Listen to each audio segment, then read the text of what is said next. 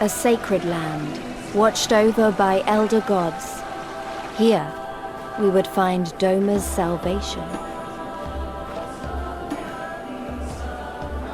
With the wind at our backs, we walked on, in search of hope, in search of him. Far to the east between the Red Sea and the Garlemald Empire lies the grassy plains of the Az-eem Steppe, populated by the dark-horned Ara known as the Zila or the Zerla, depending on how you want to pronounce it, untouched by the turns of time. Still stuck in the age of tribal dispute, the Ara in this area find entertainment in battle and blood, so much so that every year they determine the strongest tribe by that of battle, and many die each year. The Ara have lived in these plains for many centuries, most of whom have already crossed the now destroyed bridge known as the Path of Craven. This bridge, which looks over the Wound, the great abyss that keeps the Ara from crossing over, has been destroyed by unknown means. Some say it was due to the harsh weather of the steppe, others say it was due to a past tribe trying to keep the remaining tribes from leaving their ancestral home. But for whatever the reason is, the Ara seem to have no interest in remaking the bridge to cross over. As of yet. As the whole of the land seemed to be untouched, many things seem to show just how old this place really is. Mammoths scour the land as if untouched by nature and time, and even saber-tooths roam the area as predators being familiar with the plains. Many other creatures live in the steppe, seemingly untouched by time, alongside them a primitive civilization with a very primitive way of life and a primitive looking setting. And many of these primitive ways do come with history that we as gamers seem to miss. Each tribe is basically living another way of life from the other tribes, and how even if they are living separately, they all come together for one purpose under the same god, the Dawn Father and the Dusk Mother. It was said that the Dawn Father and the Dusk Mother were the gods that created the first of this race a long time ago, and that they had relations much like husband and wife, and I don't blame the Dawn Father for that.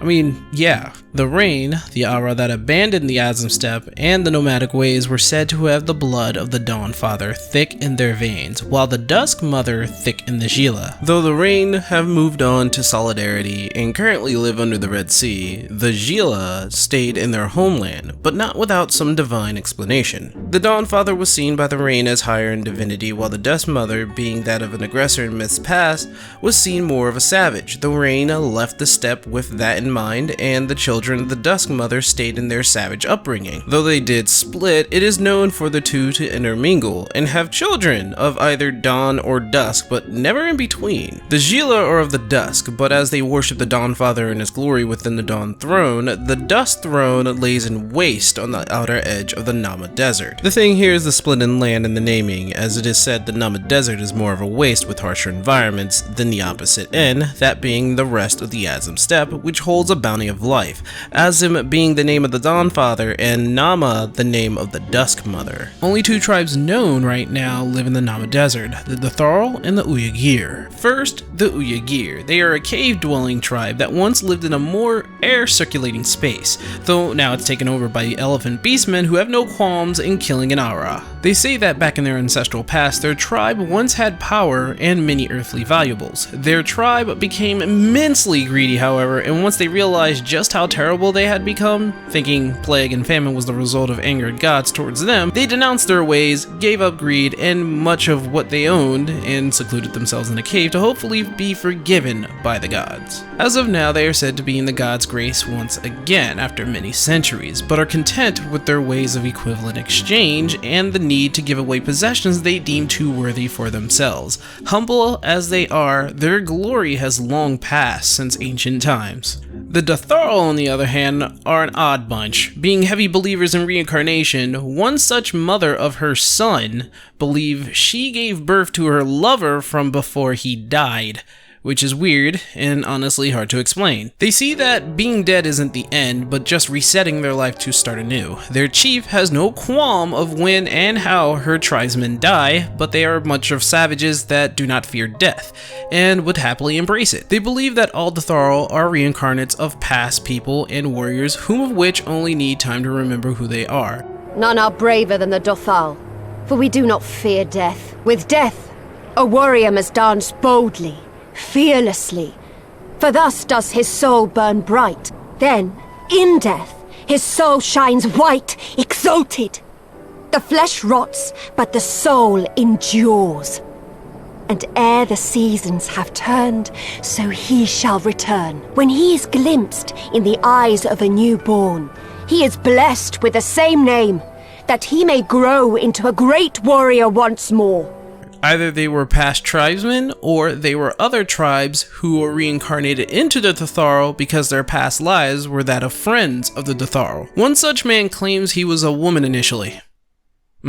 Another man believes he was born as a weak warrior, while everyone else believed he was an all-powerful, all-around warrior with high skill in all weaponry. Nonetheless, he was skilled in weaponless combat. The only thing they perceive as a way to stop their reincarnation is to fling themselves down a very long and tall monument of mysterious nature. They fight, train, and wrestle every day, but they are the least in numbers in terms of tribe population, and in actuality they are in fact on the brink of extinction, which has happened throughout the history of the Az-eem steppe. The strong survive and sometimes they die, as with the Kalkul tribe who died to a disease, or the Korel, who were massacred by their offshoot tribesmen, the Khagan, who, through the warrior storyline we learned, were said to have held the beast within and went mad, destroying the entire tribe. This reality of the strong will show just how far back the land really is. In terms of trade and modern interaction, we have Reunion. Ran by the speechless Quistir, they believe that speech and language was all a lie. However, it is unknown how many languages they know, since not only do they understand you and many visitors who come to trade, but they are said to also speak with beastmen from time to time, giving the mystique of a tribe that's more worldly than their sister tribes.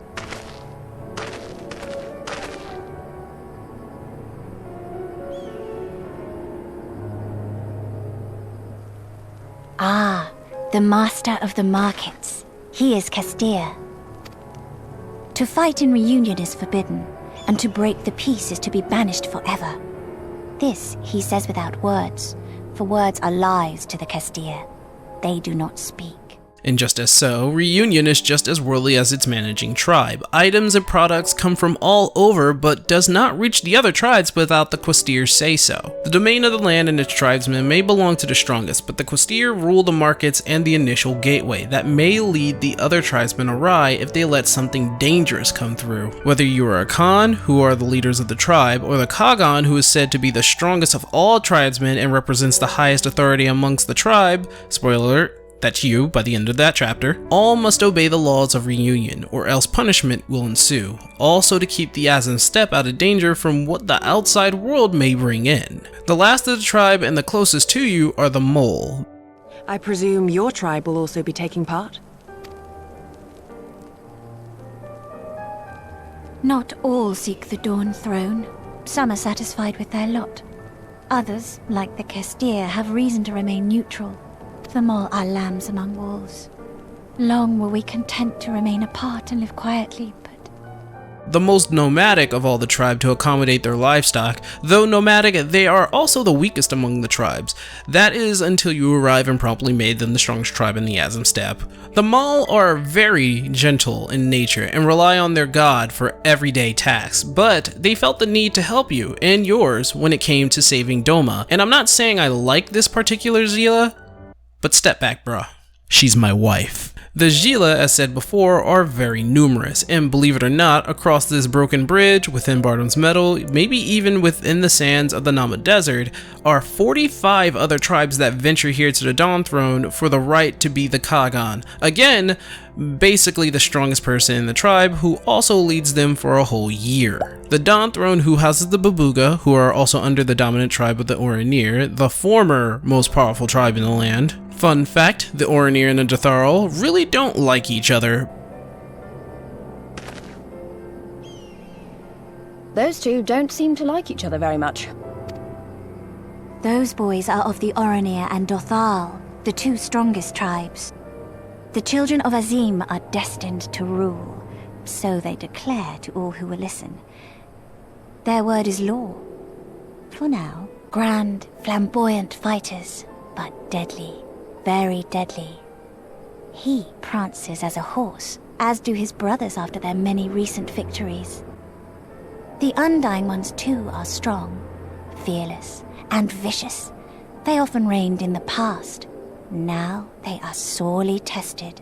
But the leader of the Orinir seems to have a dream of meeting the reincarnation of Nama, the Dusk Mother, who apparently was kind in nature, thinking he must be the reincarnation of Azim, the Dawn Father, and making moves on my lady. The relationship the Babuga have with the Orinir is more of a tribe integration, one being subservient to the other, so to survive the harsh lands and laws, seeing how they had some trouble surviving in the past. So the tribes are indeed interesting, with quite the belief, all praying to the same god but live differently from one another. The lands themselves reflect this. From the desert with one oasis, the Dawn Throne in the shape of a chalice or cup seemingly held by two gods, and the fields that has seen many battles and seen much blood shed. It is even known as the Sea of Blade. To the Khah-gen, stone monuments that sing in the wind, Chakazo, the resting place of a strong female warrior that fought a dragon to protect her people, to even Bardam's Metal, the testing ground for all warriors who wish to prove themselves. Truly, the Az-eem Steppe has so much to be explored, and I hope that Team Yoshida will look into this more.